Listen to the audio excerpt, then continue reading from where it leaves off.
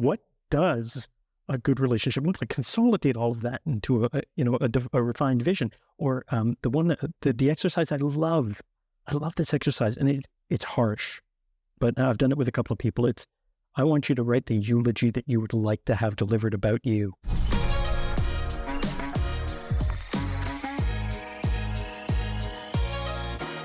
Welcome back, guys, to Unshakable Habits. I am joined today by the widower's wingman, Richard Strother. Richard, thank you for having me today. Oh, Thank you for joining me today, not having me. What am I talking about? Thank you for having me. Don't worry, I can follow the cues. I listen. Anybody who's listened to my podcast long enough knows I leave mistakes in. I don't try to cover it up. I don't try to be perfect, because being unshakable is not about being perfect. Yep. It's about always striving to get better. And so we embrace those flaws and we just try to work on them. Likewise. I'm right there with you. So I'm really excited about our conversation because, number one, you're talking about something that I don't know of anybody else talking about it, honestly. And that is, how do men who have been widowed move forward with their lives? Right. I think there's a lot of stuff out there for men in the immediate aftermath of this conversation. Right after they've lost somebody, dealing with the grief, all that kind of stuff. Right. There's professional services out there for that. But once you kind of get to that next stage, once the grief cycle is kind of, winded down and it's time to move on with your life, how do you do that?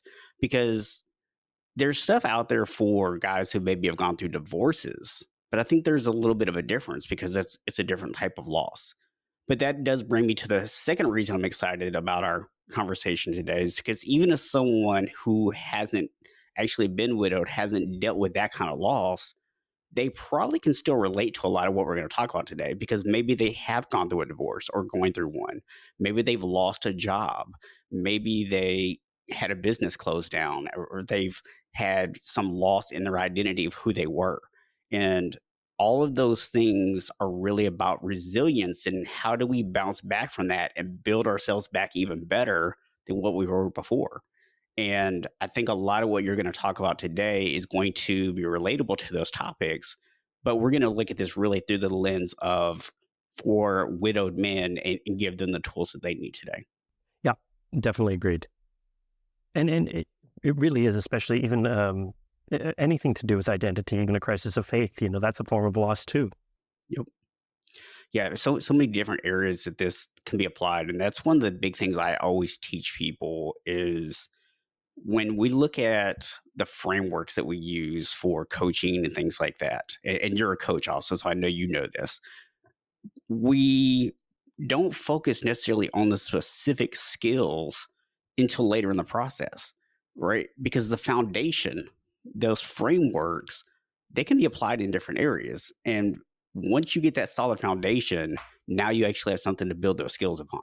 Exactly that. And it's so much about mindset too, like just really kind of where are you coming from and knowing yourself, and being comfortable enough with yourself to go, yes, and this tactic will work because there's this great analogy. It was a guy named Dov Gordon who talks about marketing helium, and he talks about you've got a red balloon and a blue balloon, and then you see the blue balloon floats, the red balloon doesn't. Well, I want a blue balloon. Well, it's not the balloon; it's what's in it, right? Yeah. It's what's inside. So if you've got helium, you're gonna float.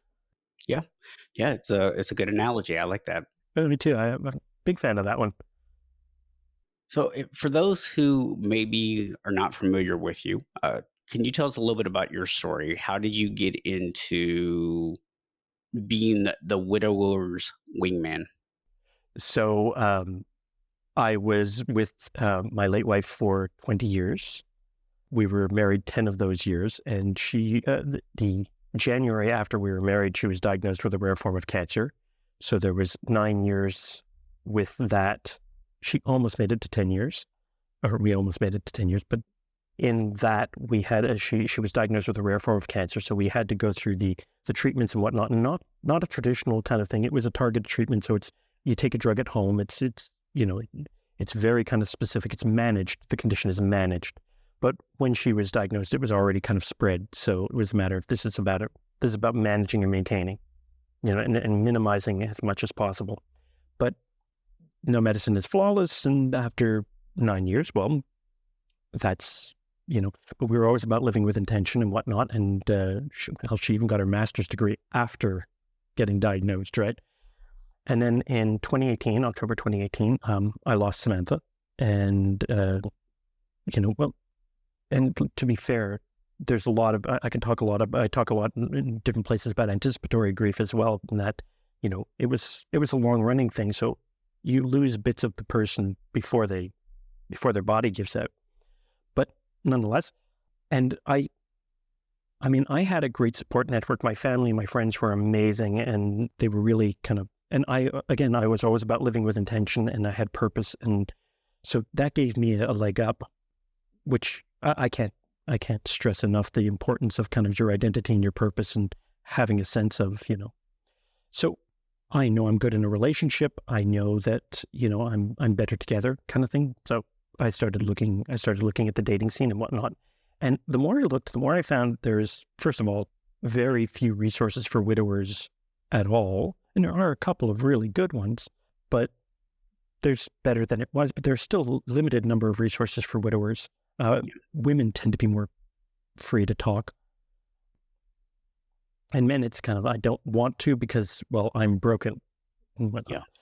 So all of this to say, I was coaching in a different area and same set of skills, just different application. And at one point I was having a conversation with a friend, and they were like, I was like, I need to be making a bigger impact. I can be helping the world in a better way.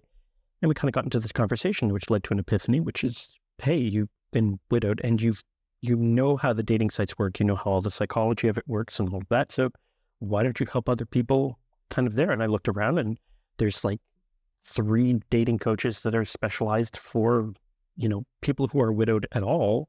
And so I started looking at that, and I was like, you know what, I could see really helping people, like properly helping people. Yeah. And so that the widower's Wingman. Yeah, I love the fact that you kind of hit on the importance of the identities, right? Because one of the first things that I do in my coaching programs is we focus on vision. Mhm. And what I always tell people, vision it's not this 5-year plan, right? Vision is literally you sit down and you think about what do you want your future to look like? And you can literally go from the time you get out of bed to the time you go back to bed, and you can take yourself through an entire day. Who are you talking to? Who are you spending time with? What thoughts are going through your head? How does your body feel? How does it move? What activities are you engaged in? What are the places that you're at? All those things you can visualize. And yeah, thinking about, I want to be able to take trips around the world or drive whatever kind of car or whatever. Those things are great. There's nothing wrong with that. But what I try to get people to focus on is what are the everyday things, right? And I think you touched on that a little bit too when you said that in those 9 years, there was a lot of focus on being intentional every day. Well, we were like that before the diagnosis too. We believed in, and let's be honest, when you look at a terminal illness of any kind, your framework for time becomes different, right? The idea of, well, yeah, there's always tomorrow, or we'll get to that. Yeah, we'll do that this summer. Oh, well, the summer passed. Oh, we'll do it in a month or so. Oh, well, we don't really have the money. We'll do it, but no, no, no. If it's important to you, do it. Yeah. Because Yeah. let's be honest, our brains are set, right? It's we get whatever it is, and then it's like, okay, what's next? Yeah. We're hardwired that way, through evolution over how many, So yeah, it's kind of an important thing to go, yep, this is important. Let's do this. Yeah. I think even from a societal standpoint, right? Men, we are generally taught and basically, it's ingrained in us to feel if you're not growing, if you're not doing something to get better 24/7, then you're lazy, you're slacking off, you're that's just what society has taught us. And to the point that a lot of times when I start talking to guys, I mean, this is somewhat off topic, but I'm just throwing this out here real quick. When I start talking to guys about the importance of recovery and resting, they're just like, "What? I can't afford to do that." And the thing about it is, guys, when you start talking about relationships, relationships aren't a checklist. Relationships require engagement. They require connection. And connection engagement require you sometimes to shut your freaking brain off and just be in the moment. That is so true. So true. Just the idea of being present, Mhm. that idea of, okay, yeah, I know you're with the kids, but if you're worried about, if your head's at the office, you're not with the kids, Yep.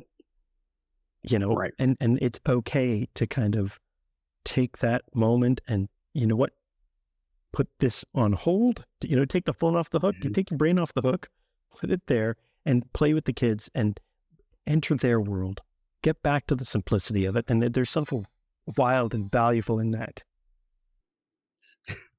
Sounds like some kids in the background over there.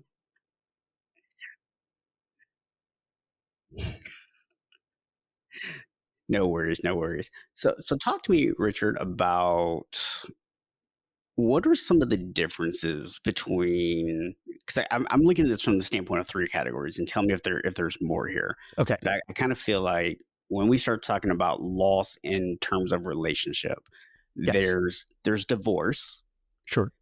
then there's a loss like what you had, which is something that happened over time. You knew that it was going to eventually happen, and so there was kind of a prep period for it, right? Yeah. And then the third kind is like when it's just a sudden loss. Right. What are the differences between those three things? Okay. So divorce is different from losing your partner in that the person is still around. If there's unfinished business, you can, I mean, obviously, we don't, you or I would never recommend this, but you can hold on to that kind of grudge, or you can say, oh, it was all their fault, or you can try that. I wouldn't recommend it, but Right. you can still kind of, the person's still there. In either form of loss where the person dies, there's also what we refer, or what my partner brilliantly refers to as the odors of sainthood, where you could have a guy who is a miser and a miserable bastard, and all of a sudden he dies, and everybody's like, "Oh, he was one of the good ones." Nobody stands up and goes, "No, he wasn't. He was an asshole." No, we don't do that. It's like, okay, no, we don't say anything. We go to no respect it. Yes, we should respect, but the fact is if he was a miser and he was a miserable grump, then you're the miserable old grump. Let's acknowledge it, Yeah. And but you have to come to terms with not just your loss.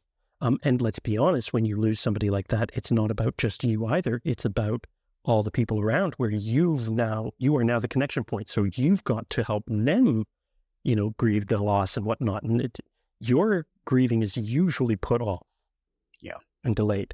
And then there's the life unlived.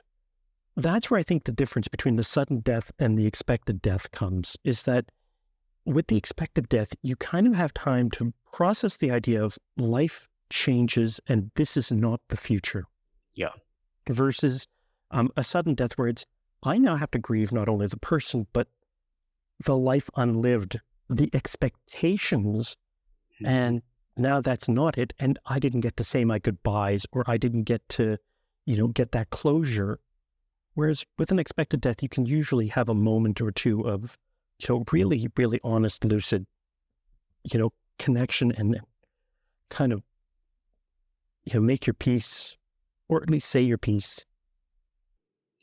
Yeah. And I think what you hit on there is important, because there might be guys out there right now that are listening to this that haven't dealt with this, but they're in a relationship right now, maybe a marriage, and they might miss out on the fact that now is the time.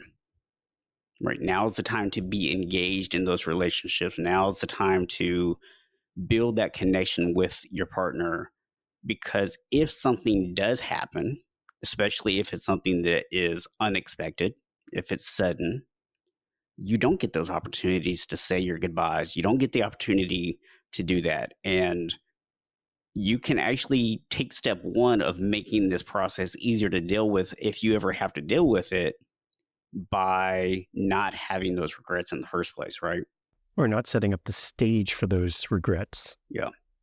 I'm going to open up really, like I'm going to tell you something. The last conversation I had with Sam was nothing profound, right? You would think it's this wonderful, kind of, oh, and, I wish you wouldn't go and this and that. No, no. It was, she woke up in the middle of the night. She was like, I'm itchy. Could you scratch my back? And I did. And, it's like, I was like, is that good? She was like, yeah. She goes, are you okay are you comfortable enough to go back to sleep? She was like, yeah. And in the morning, she never woke up. She kind of entered into a form of coma. So those were the last words, straight up, and that's the reality of it. It's not this, kind of Hallmark movie romantic moment, but it's something that, even until the end, we were there for each other. We were there kind of looking out for each other. Yeah, you sent me a video, and I can't remember what the guy's name is right now. I'm sure you can tell me because I have it pulled up somewhere. But it was a TED Talk. True Deadly Everyday Leadership. Yes, Yes. Drew Deadly, Everyday Leadership. Love True And Deadly. I listened to it. I encourage everybody to go listen to it. I'll put the link to it in the show notes. It's only 6 minutes. It's very, very short. But, he talked about how people feel like leadership is this big astronomical thing. And leadership is really about those small moments. And I think what you just shared there really hits home on that, right? Because it wasn't some grand gesture that you did for her. It was one of those small everyday moments, but I'm sure that she appreciated it just as much as she would have appreciated any grand gesture that you could have come up with. And just a tip for the guys, by the way, the moment that your partner or your wife or whoever falls in love with you, it's not the grand gestures. It's the little moments. It's that caress in the morning. It's that, little, I don't know, the pat on the back off to work, or the, that the hug when you get home, or it's the little everyday things that build up and build up and build up. And I could ruin the magic of it by saying it's all oxytocin, but the fact is that it's amazing. It's the little things, it's the little gestures consistently that make so much more impact than those big, grandiose, Yeah. Yeah. I look at it, I like to compare things that don't really seem to have anything in common, right? Because I think it helps people to start to connect the dots on this stuff. Yeah. If you were to say, I need to lose 50 pounds, and you took two different approaches. Approach one is you ate healthy meals 70-80% of the time. You actually intentionally exercised 3-4 days out of the week, and you focused on managing your stress levels, and you got good sleep, and all those things. It might take you a while. It might not be as fast as you want, but eventually you will lose weight. Maybe you don't lose the entire 50 pounds, maybe you do, but you will see results. But if you say, you know what, I'm going to do the big gigantic gesture. And so I'm going to eat nothing but salad, or I'm going to completely starve myself 1 day out of the week. And on that day, I'm going to exercise for 4 hours. You'll probably gain weight, right?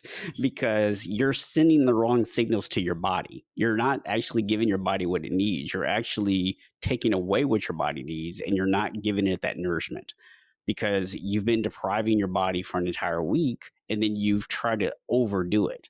Now, it's not the greatest analogy because when you do the grand gesture with your significant other, they are going to appreciate it. But what they would appreciate it even more is if you had been doing stuff the other 6 days. There's this wonderful parable, and I love this one, and I'll keep it as short as I can. There's these two Greek guys who are in a small town, and they're both like, no, I'm the strongest. No, I'm the strongest. And they had this competition going for years, and they've been, going at each other. So they said, no, you know what we're going to do? We're going to have a competition. In 1 year, we're going to meet here, and whoever can lift the bull over their head is the one who is, we're going to declare the strongest. So the one farmer goes, grabs, gets a full-grown bull, and every day he walks out of his house, he goes to the field and he tries to lift the bull and fails. The other guy, the other farmer, goes and buys a baby bull. He can lift it. And every day he walks out of his house and he goes and he lifts that baby bull above his head. But sure enough, as bulls do, they grow. At the end of the year, guess who won that competition? The one who got the baby bull, because he slowly built his strength up. Consistent action. Little 1% gains, right? 1% gains. These little gains, these little incremental gains. Yeah. And that's, I think, when we start talking about this conversation, and I want you to kind of dive into this a little bit with some of the details, we'll call them, but it's not about trying to put all this behind you at once, right? And I think for a lot of guys out there, one of the other things that we're told by society is that we got to solve all the problems and we got to solve them yesterday, right? So I think there's this tendency, especially because we're also a lot of times taught not to acknowledge our emotions and to kind of bury them, that when you have this kind of pain, you just want to go away as fast as possible. You want to check the box off. You want to try to get past it. And it's a terrible approach, right? Because it's just what we're talking about here with this grand idea of, oh, I got to go do all the stuff in one day. It's a process. So can you maybe take us through what that process is? I mean, obviously you're not going to be able to give us every detail of the process here, but if you can give us kind of a high level overview of what it looks like from the time you lose your partner to the time where, you can start to get back out there. Okay, so broad strokes. Yeah, broad strokes goes like this. You lose your partner. If it's sudden or whether it's expected or whatever have you, that's neither here nor there at this point. There's the immediate kind of rush. Everybody kind of rushes in, right? And then, of course, you've got the immediate kind of practical concerns. You got to do the viewing, or you got to do the funeral, the viewing, the arrangements, and whatever your culture decides, right? Yeah. There's the funeral, the celebration, whatever celebration of life, whatever you want to call it. And that's great. That's okay, good. Afterwards, so then this is what I call the carnival. So the carnival comes to town, and everything is light and sound and movement, and it's craziness. Everybody's kind of, around you, and you're just in a crowd all the time, even when you're not. And when you're not, it's so incredibly, and for those who've been there, the silence is deafening, if you catch my meaning, because it's too silent, and that one connection point or whatever that was your partner isn't there, right? Yeah. So now all of a sudden that goes off.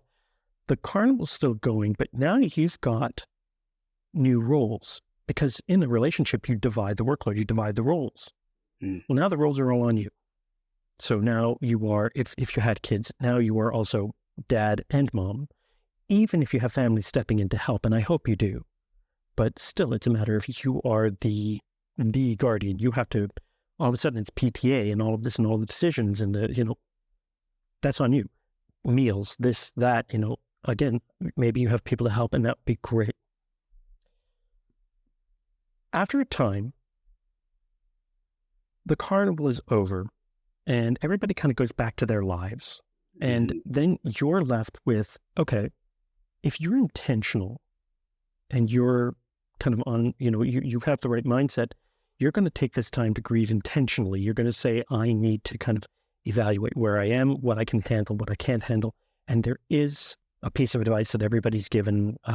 Any social worker will give it after a major change, whether it's a layoff after a long time, whether it's a death or anything like that. Don't make any major decisions for 1 year, especially after a loss like this. And that's because if you have to make a change for financial reasons or whatever, that's one thing.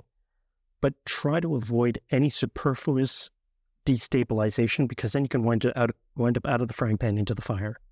And you don't want to kind of look up a year from now and then find out you're in the place that you hate, in a career that you don't really care about, and there's no meaning, right? Yeah. So this is where So you kind of have, if I can yeah, pause you for one second, because please, yes. I just want to make sure I'm understanding this correctly. So you're saying that really, yes, there's a grieving in the immediate aftermath, but really it's going to be after the carnival ends, right? It's once everybody around you's kind of gone back into their normal life. It's when you're sitting there alone, or maybe you just have like a couple of people around you that are still part of your support system. But for the most part, it's things have quieted down. That's really where your grieving process truly begins, because it's now the point where you're not constantly being distracted by 70 billion things. And that's where most people lose the plot, because most people, most men, and this is very true of men, and we were talking about this before, indirectly, this is where they try to fix things.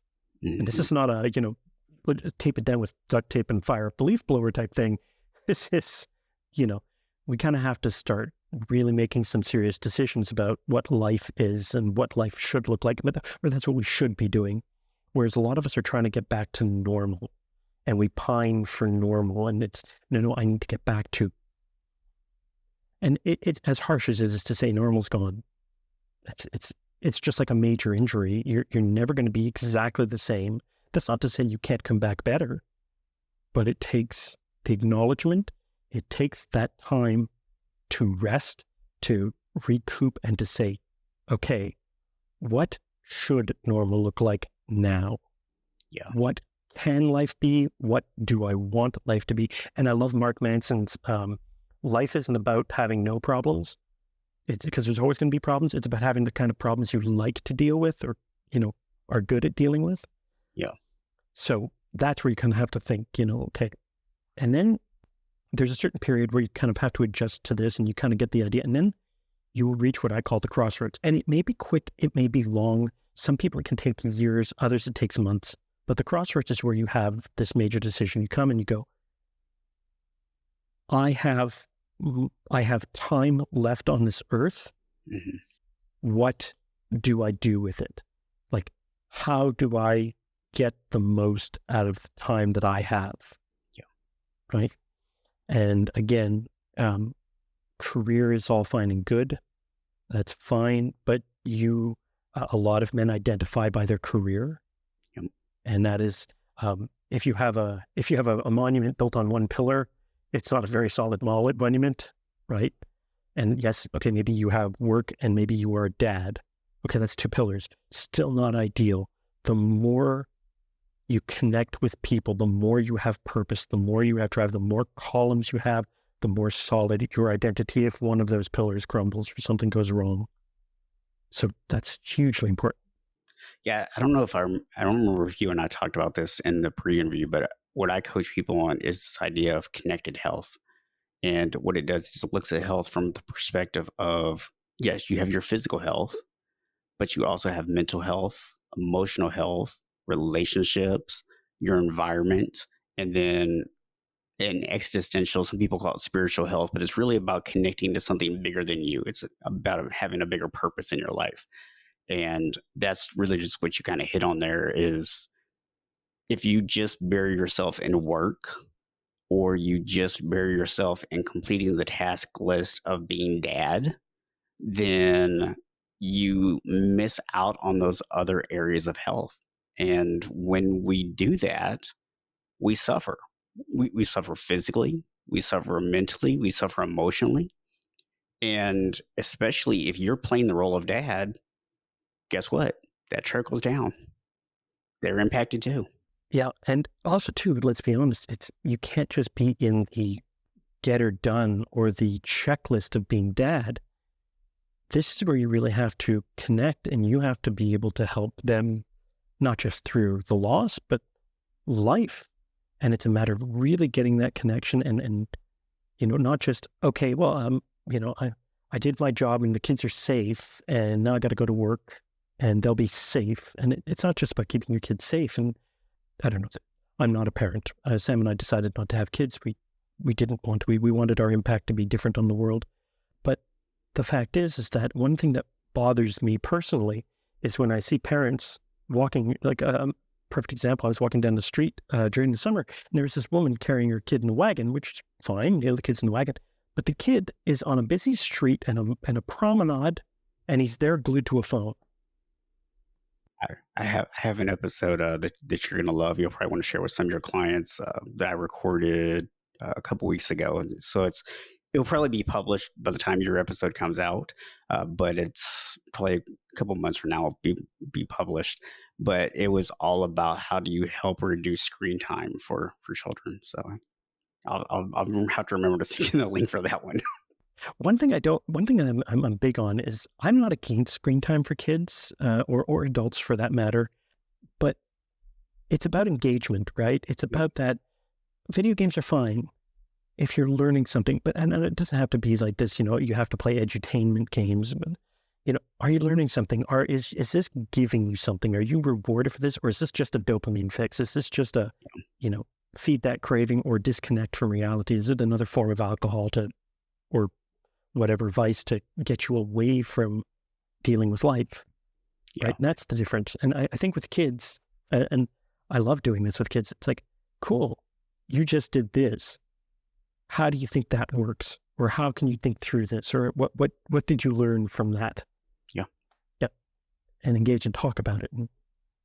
But I believe the same for television too. So Well, yeah. I mean, when you talk about doing things and kind of realizing the way they can apply to other stuff, right? It's like I played a lot of video games when I was a kid. And because I grew up, I'm turning 45 this year. And so I grew up in that age where we didn't have that stuff. But then as I started being around like a teenager, we started getting like Atari and Nintendo and all that kind of stuff. And so I had lived in both worlds, right? And I can honestly say that a lot of my really good problem solving skills, a lot of my ability to focus in on stuff and pay attention to things actually comes from video games. Because, nowadays video games are like more story based and things like that. We didn't have story based video games back in the day. We had stuff that was hard. Okay. Contra. Yeah. Yes. Contra. That's don't steal my life, dude. Come on. So, but yeah, I learned a lot of skills from that. And I think somebody's out there listening, oh, why are we talking about video games? There's an entire book. But I don't know if you know this. There's a book, Philosophy Through Video Games, and they actually use video games to explain like deep philosophical content, yeah, concepts. And I loved it. It was great. It was a wonderful read.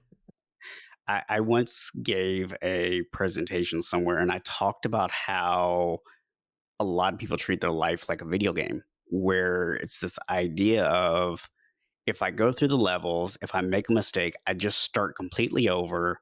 And I mean, now I know what mistake I made, I can fix it. And they're forgetting the fact that life doesn't repeat. It's not like a video game board. It's not going to be the exact same board every time, right? There's going to be differences.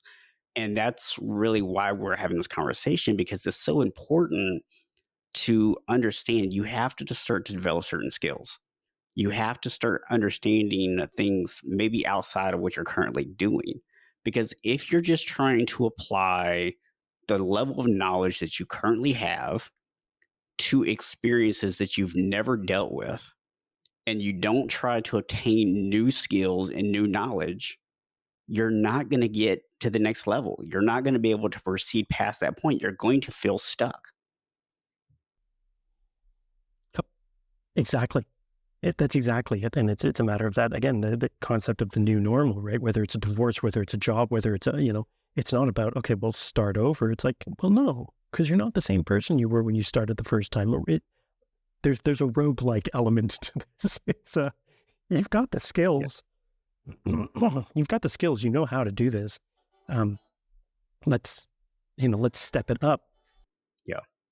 Yeah. I think when you start to look at it, right, it's a matter of, kind of going back to what you were saying earlier, as you're going through this process, you get to a point where you've gone through the grieving and you've made the decision, you know what?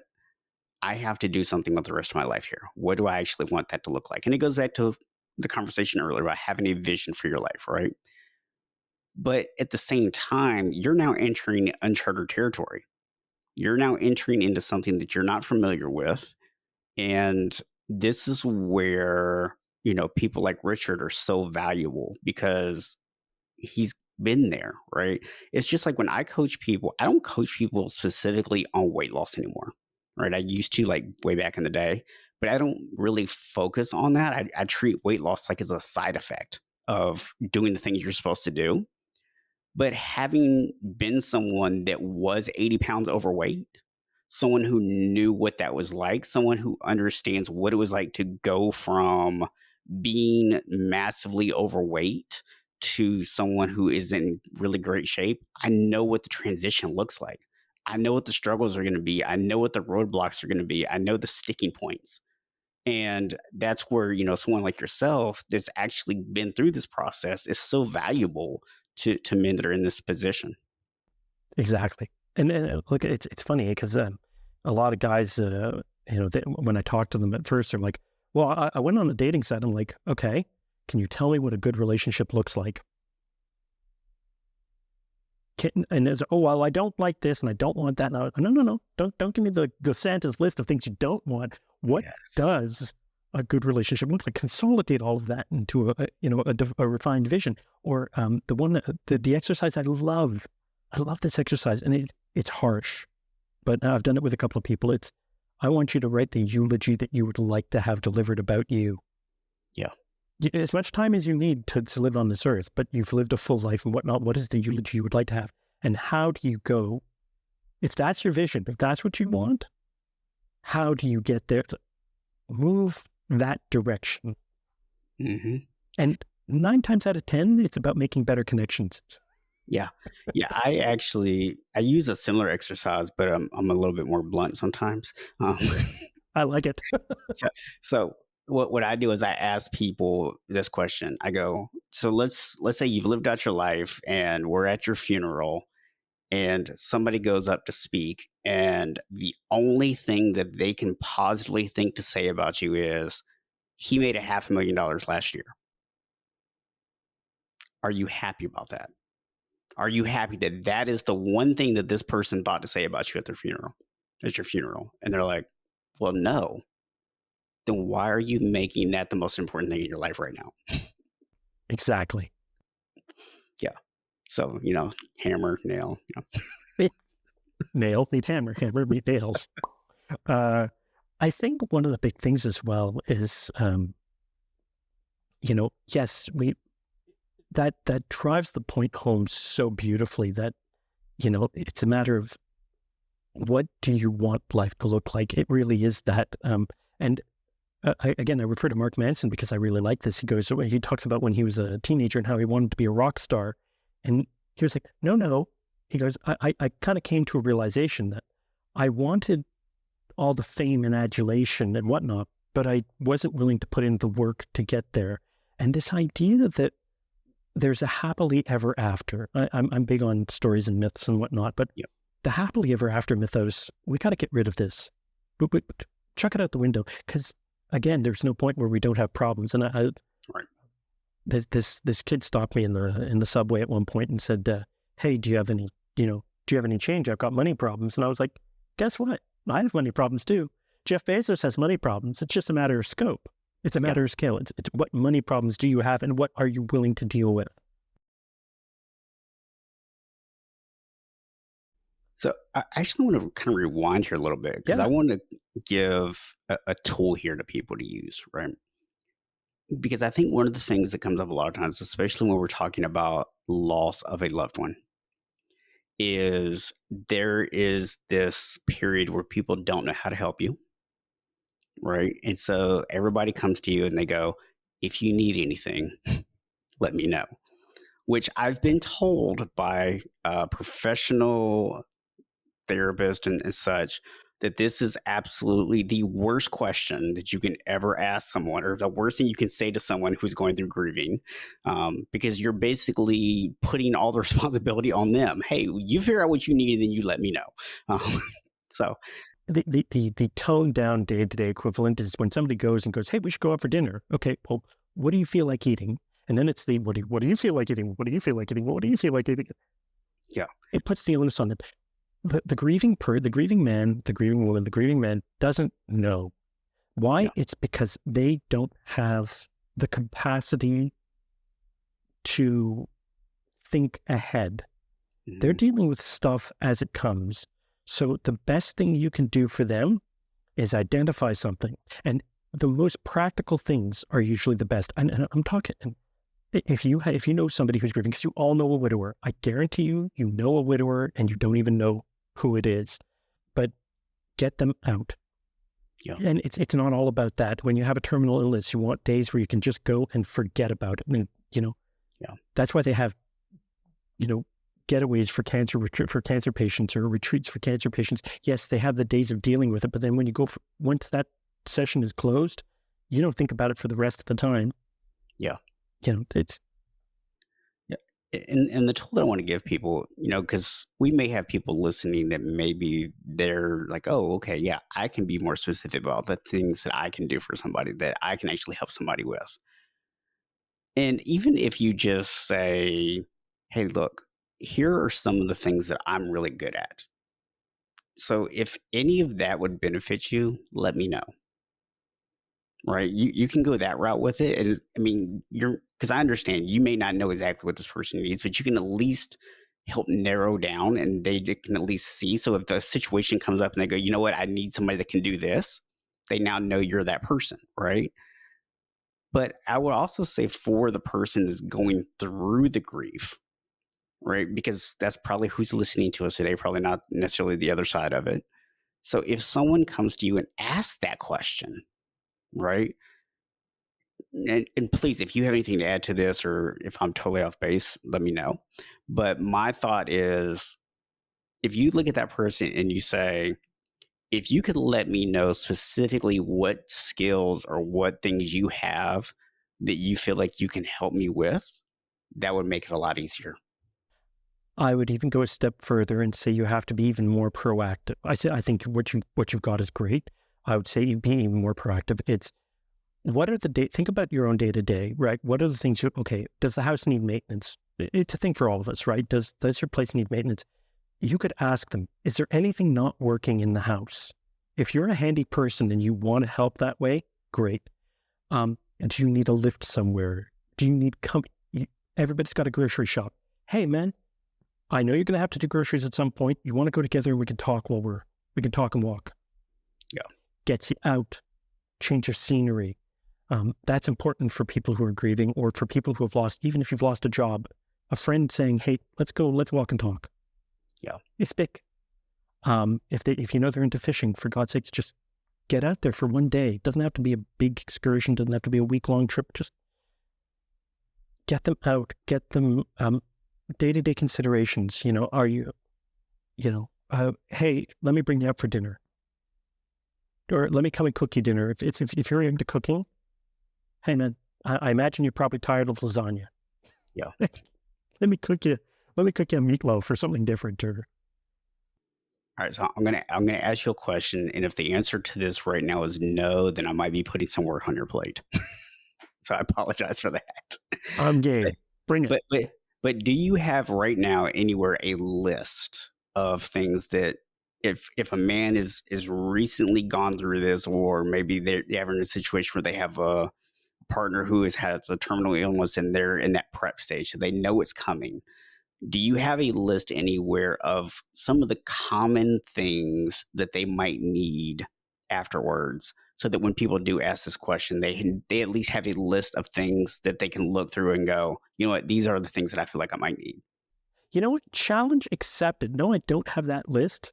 But you know what? But by the time this episode airs, go to the resource website or go to the resource page on my website. I will make sure to put up a list. And one of the things, if you have a terminal, if you know somebody who's terminally ill or whatever, is to have a go bag. Yeah.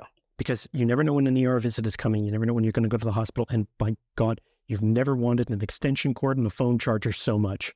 Yeah. Yeah. Just these are the things that people just don't think about, right? And And it's amazing how much you don't.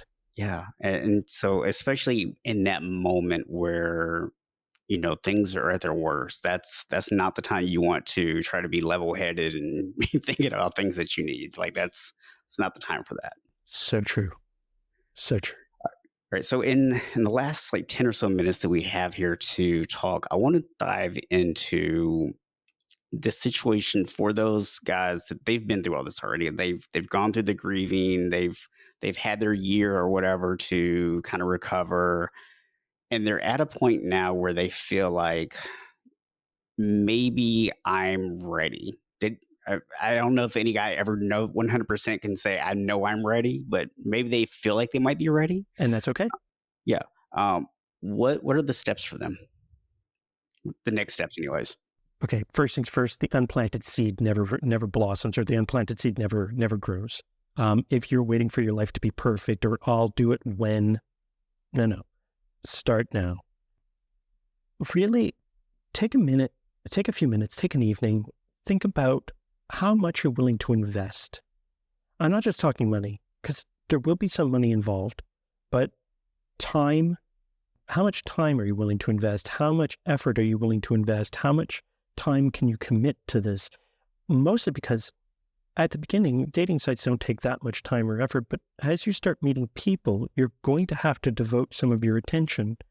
And that was one of the mistakes I made early on, is that I was divided between my career and building my business and the relationship. And it was a long distance relationship. And she wanted a lot of attention. And that's not a bad thing. It just didn't work for what I was willing to invest. So that was a problem. And so be clear about that. That's kind of what I do, right? And also to be, as much as possible, be clear about what a good relationship looks like and what an ideal partner could look like. And for God's sake, I use a checklist system, but I make you boil it down. I make you distill it. And that's important because you don't want to be going into a date with a checklist and then going, oh, well, she didn't meet these three. So how many opportunities are you going to miss out on because because of some superfluous thing that you thought of to put on a list?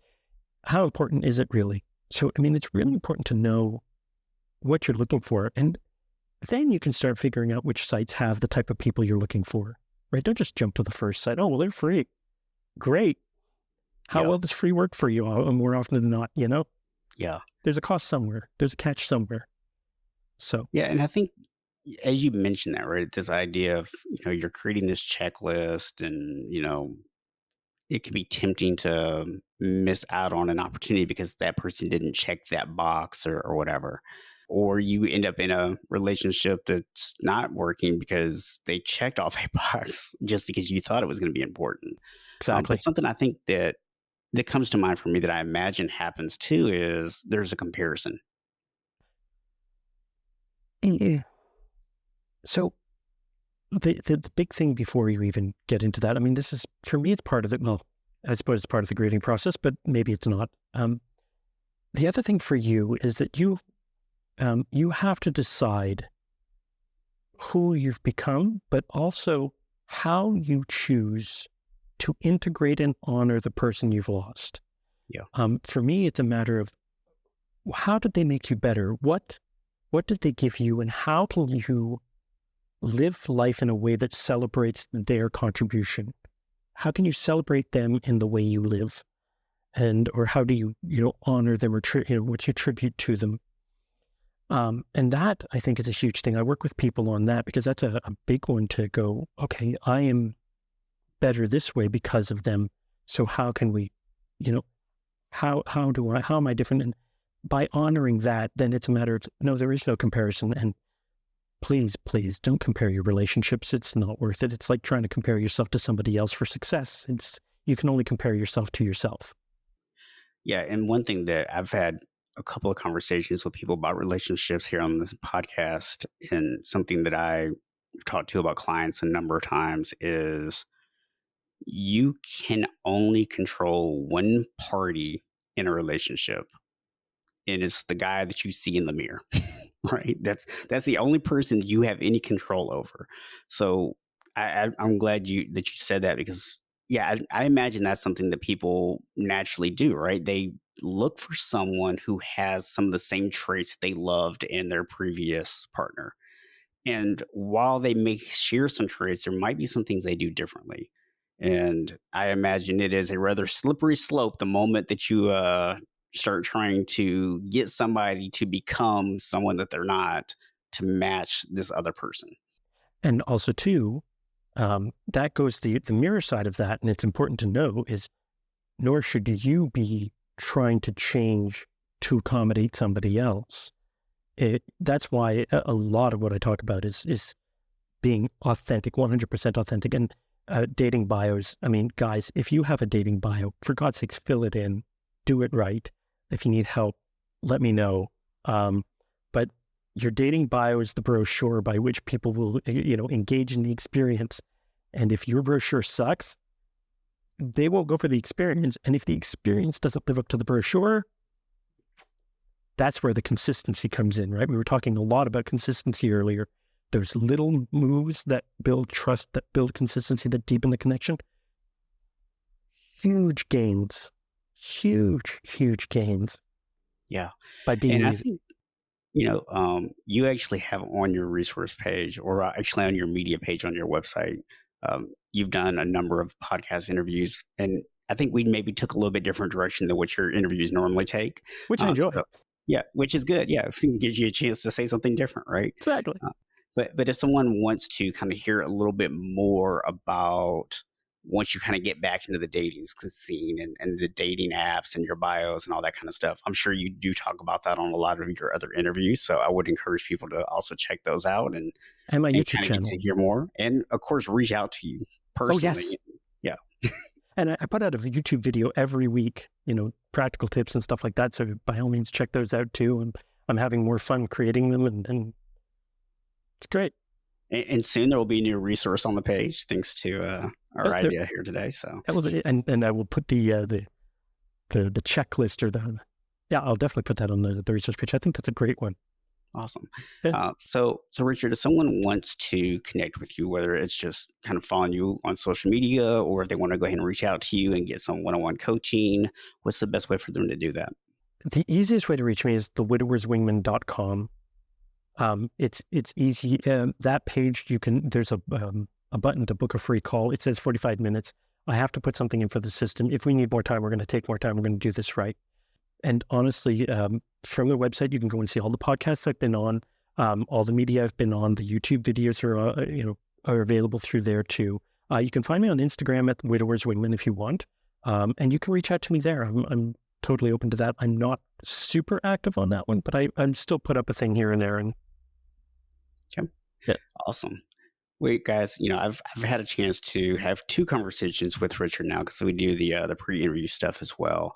And what I can tell you is he really understands this process and he's really good at being able to take his own experience and not just try to template out to you to say, do exactly what I did, but look at your individual situation and help you figure out a path forward. I've picked that up just from our conversations that we've had. So highly encourage you. I know a lot of times when people say, oh, book a free call, people are very hesitant to do that. They're, oh, I'm just going to get sold or whatever.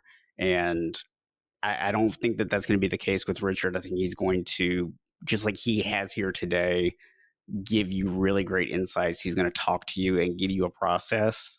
And then if you feel like at the end of that call, like, hey, you know what, this all sounds good, but I feel like I need some help, then yeah, he's going to have some services that you can purchase. But you're not going to get just like, it's not a fake sales call. That's what I want to, highlight to people. It's really important. I just want to get to know who you are and really what's the best way to help you. And if Yeah. I'm not it, I'm going to help you find the right resource. But if I am it, then let's find a way to make this work for you. I really, yes, money's nice, but I'm people first. Yeah. Awesome, man. Really appreciate you coming on today and sharing your insights here. And I love the fact that you are doing something that not a lot of people are doing because it's an area that men who are going through this really need that support. And it's unfortunate that not enough people are doing it. And I know even with like therapy and things like that, that a lot of times I hear from men that they don't feel like they're understood in therapy. And so having another man like yourself who has actually gone through this experience to chat with is such a huge thing for a lot of these guys. Yeah, and that's what I'm here for. I mean, I really do want to help. So Yeah, awesome. Well, guys, just want to remind you, as always, that none of us are born unshakable, but we can all become unshakable. Thank you for listening to the Unshakable Habits Podcast with Coach Stephen Box. Be sure to hit the subscribe button and help us spread the word by sharing the podcast with other men. If you're ready to create unshakable habits, you can learn more and connect with us at unshakablehabits.com.